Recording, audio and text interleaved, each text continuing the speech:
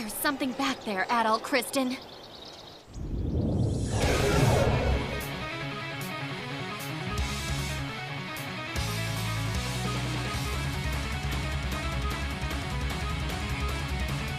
Hi everybody, I am here with Toshihiro Kondo, the president of Nihon Falcom, and you have a very interesting history, Kondo-san. You started out, you made a fan site, a Legend of Heroes 3 fan site for Falcom, and then you eventually became the president of the company. Could you talk a little bit about that process, the challenges you encountered along the way, and kind of how you feel about the company now, going from a fan to the leader of it, essentially? So when I was a college student, as you mentioned, I actually ran a fan site. And through that fan site, I was able to meet many different people who I received a big influence from. And that was kind of my first steps into working with Falcom. However, as a college student, I was actually in the finance, and I was learning finance and accounting and things like that. And I didn't have any skills that would be necessarily immediately applicable to game development. And originally, when I applied to the company, I applied to work in their finance department. But I wasn't given a chance to work in there, and actually I started working on web stuff for them. Originally, I was in charge of the server, maintaining the server, and then from that I moved on to working on the websites themselves for the games. And while I was working on the websites for the games, I began to naturally ask lots of questions to the development team about the games, since I had to know about them to create these sites. And the more and more I did this, the more I became closely related to the development teams themselves and talking with them and working with them. And in the midst of giving them feedback, I started to talk to them so much, giving them suggestions as well, until it culminated with my boss finally saying, hey, if you have this many ideas about games and game development, why don't you try doing something? And so the very first thing I actually did was work on scenario writing. And so as I was working on the scenario, you also start to have to deal with things like game balance and the gameplay and what's going on within the games. And so I started moving into more of looking after that as well, until I started looking after the entire project and started doing project management. And once I started to do that, what happened afterwards is that I actually began to work overall on the whole development and started managing all of the development for the games as well. Now that I was managing the development as well as everything else, I kind of turned my eyes to, well, the company as a whole, what was going on with the company. And from there, I was moved into an executive position within the company. And within about a year after that, I was actually selected to become the president of the company. It's a pretty incredible journey, and it sounds like it happened rather quickly. When you were first basically building these websites and offering suggestions, what was the response like from the other developers? Was it like, who is this guy? Or were they pretty warm to those suggestions up front? お前誰ってすごい言われましたね。 Said, yeah, I got a lot of, who are you? まあでも But I continued to give them feedback, and I'd like to think that they thought my feedback was good and they listened to it. So gradually they began to incorporate what I was suggesting to them. And it came to the point, obviously, where I was able to kind of talk with them one-on-one on the same level. And we began to work on development and things like that together. Actually, at first, people were saying, like, wait, who are you? Are you the president's son or something? Because I was saying so much and giving such precise feedback and things like that. But I just continued to talk with them to give them suggestions for improvement, for how to make the game better, and things of this nature. So it seems like you're very persistent, Kondo-san, and you've throughout your history with the company, you've kind of touched many different aspects of it. Starting out working on web stuff, and then slowly working on scenario writing and game development, and now you're the president of the company.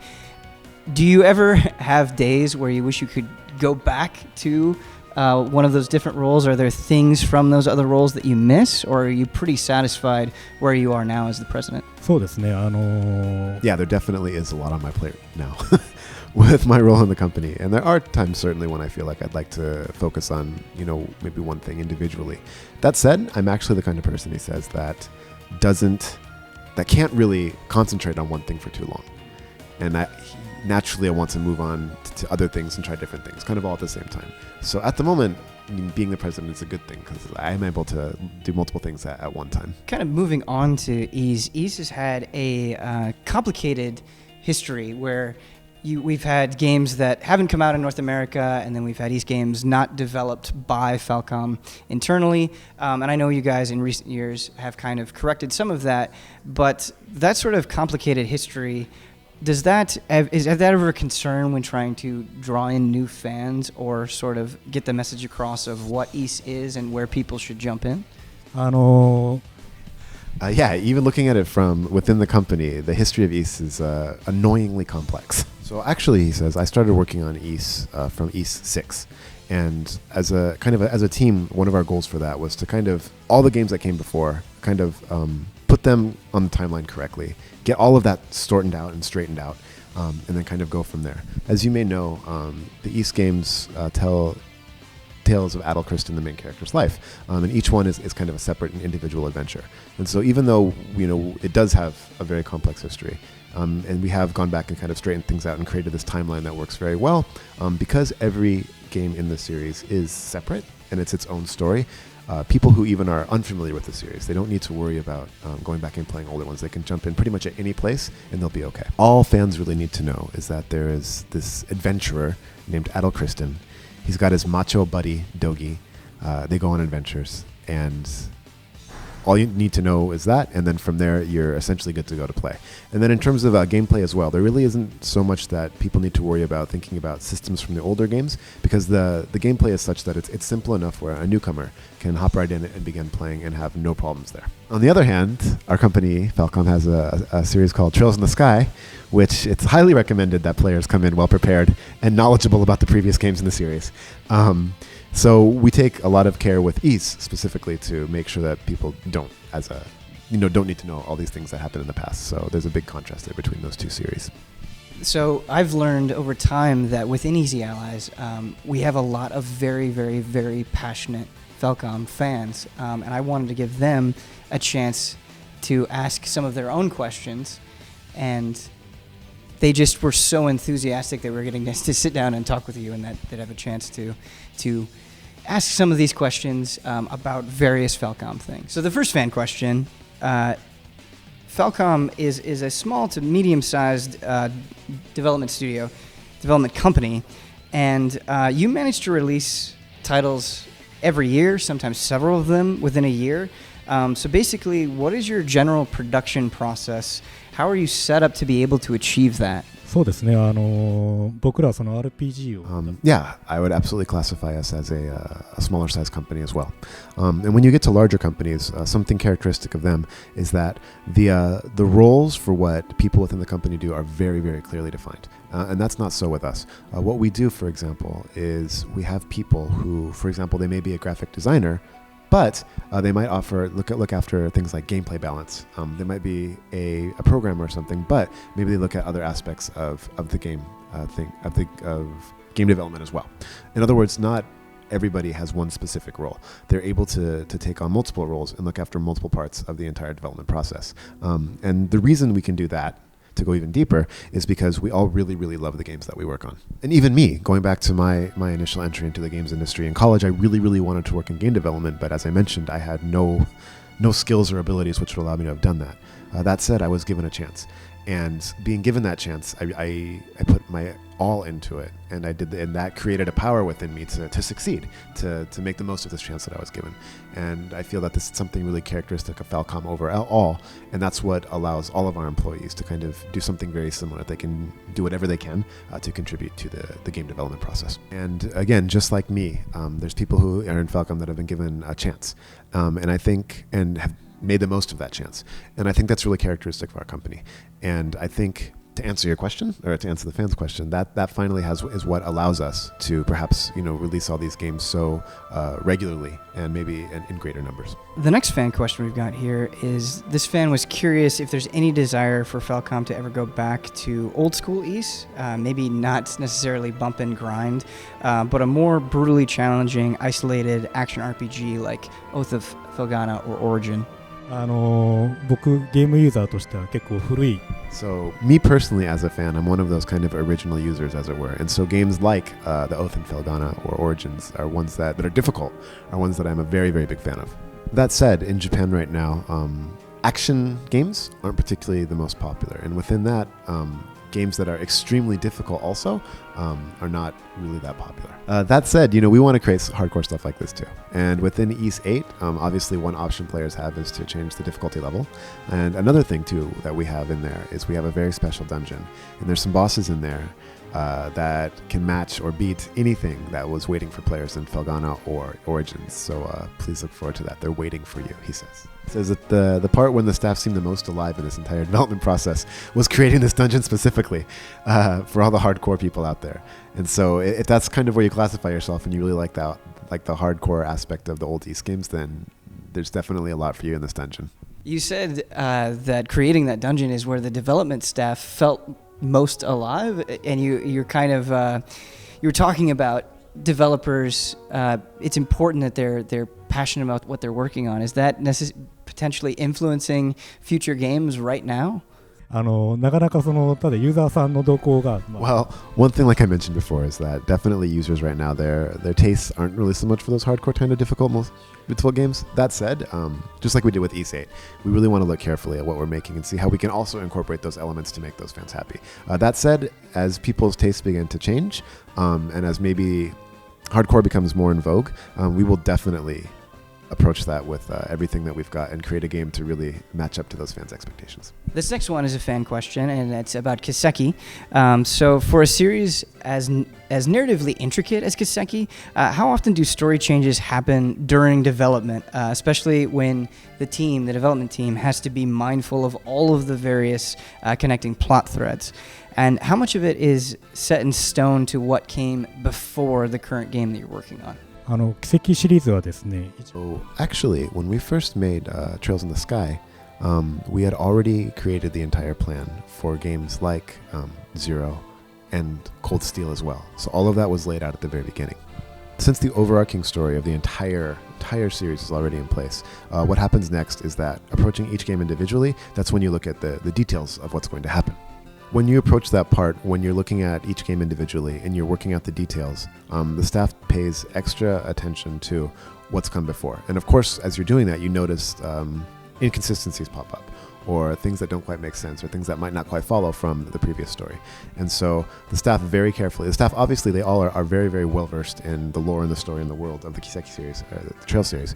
And so using their passion and their energy, they just go through one by one for all of these inconsistencies, just kind of smash them out and then push them in there and make things work. There's no secret there with how they're able to overcome this. There's no special method or rule that's in place in order to overcome these things. It literally is just looking at everything little by little, one by one, and going through each thing carefully and making sure it's all linked properly so it requires a lot of just throwing your whole self at it and your whole body at it to get it done.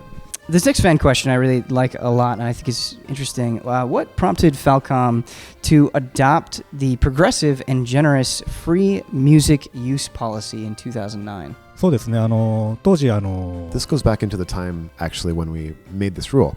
At the time, there's a lot of fan creations on not only YouTube but another popular site in Japan called Nico Nico Doga, where fans were creating videos using Falcom content and then using the music too without permission, obviously.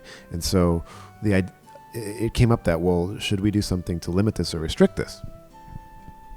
And so we had an internal meeting about this for how to restrict things. But as we talked about it, we realized that players were creating these things out of a sense of obviously of loving the games, and also out of a positive sense of supporting the company and liking these games too. And so the question then turned to, well, is this something that we really want to squash out or stop people from doing?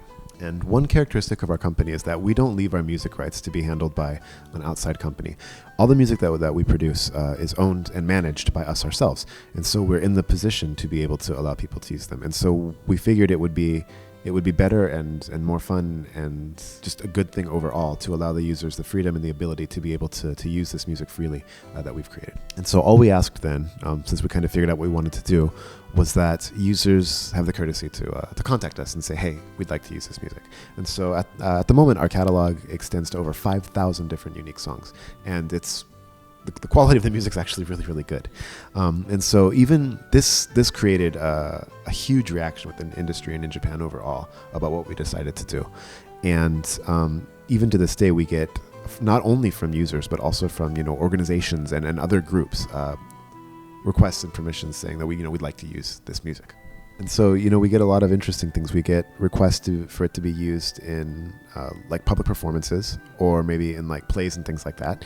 And something really interesting is that there's like a Japanese group that deals with yo-yos. And so the music that they've chosen happens to be like the official music for like this whole yo-yo society is actually one of Falcom songs. And I still feel that, within the games industry at large, that this challenge that we've had, we've challenged ourselves to do this and to get the music out there in people's hands and let them use it as they want is very like us as a company. Japanese audio is very important for a lot of Western fans. And it's often hard for fans to accept the absence of Japanese audio because they usually don't get to know why it's not included.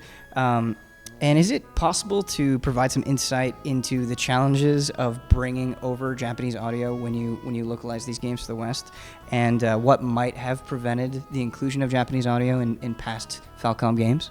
ですね、ファルコムから Falcom as a company have never once said you cannot use the Japanese voices in our games. Whether the company decides to either dub it into English or leave the original in there, we leave that entirely up to the company publishing the game in other regions. Every publisher that we leave, or that publishes our games elsewhere, as I mentioned earlier, we leave it up to them to choose whether or not to dub or to keep or anything like that. However, one thing that I can say is that for the Japanese audio, to be able to use that audio outside of Japan, it costs extra money, actually. There's actually a usage fee that's associated with doing that. And so I would imagine, he says, that for companies, when they're making their plans, that's something that they have to think about carefully to see whether they want to, again, either redub it into English or something else, or to leave the original Japanese in there. So that, however, he imagines would potentially be the reason that they've decided to, go with not keeping the Japanese in it, because they want to avoid paying these extra usage fees. That said, I also feel that should, the desire of these fans who really want to see the original voices in there, if they make their voices heard, and they continue to ask for that, just like Issei now, Issei does have actually both English and Japanese voices in it that's coming out. I'm confident that in the future, more companies will choose to leave the original in there. I want to thank you because even though I'm still sort of in my infancy as a Falcom fan, what I've heard from those within our community is just how passionate you are as a company, and I can tell just by the detail in which you answer these questions, and you're not brushing anything aside. It's like you're really trying to get out sincere, detailed answers to fans, and I really, really, really appreciate that. ありがとうございます。僕らも Thank you very much. Up until very recently, 4 or 5 years ago, we never really knew or understood how many fans in the West there were of our games and our titles. And these last 4 or 5 years, we've really seen just how many fans out there that exist for our company. We've seen that through the sales, for one thing. The sales in North America and Europe have been really phenomenal and great. And also, we've come to an age now where we're able to directly hear back feedback from our fans in the West. And so this has become a real source of encouragement to us. And this is also the case in Asia as well, he'd like to point out. And nowadays when we make games, we kind of think about the faces of all the fans either in Europe or North America or in Asia, and thinking about them to make sure that we're making games that make all of our fans everywhere happy. And that's something we really put a lot of effort into. And we're really, again, gratified and pleased that so many people all over the world are enjoying our games. I'm sure many will be very happy to hear that, and I want to thank you very much, Kondo-san, for your time.